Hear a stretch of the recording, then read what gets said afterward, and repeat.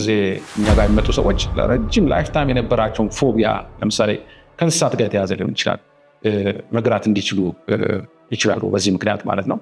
ሌሎችም እንደ ቁጣ፣ ንዴት ያሉ እንደ ፍርሃት ያሉ ሌሎች ውስጣዊ ሬዚስታንስ ያሉ ስሜቶችን መግራት እንዲችሉ የምናደርግበት መንገድ ነው።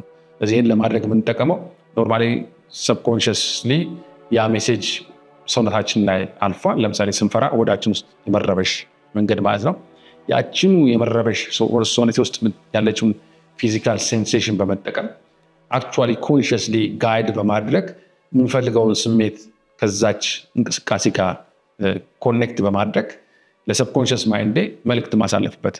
ስለዚህ በሆነ ጉዳይ ለምሳሌ የምፈራ ከሆነ ያ ፍርሃቴ ቦዲ ውስጥ ከሆነ ስረበሽ የሚፈጠረው በዛ ጉዳይ ውስጥ መድፈር ከፈለኩ ወይ ደግሞ የፍርሃት ስሜቱ እንዲቀንስ ከፈለኩ ኮንሽስሊ ምን አደርጋለሁ?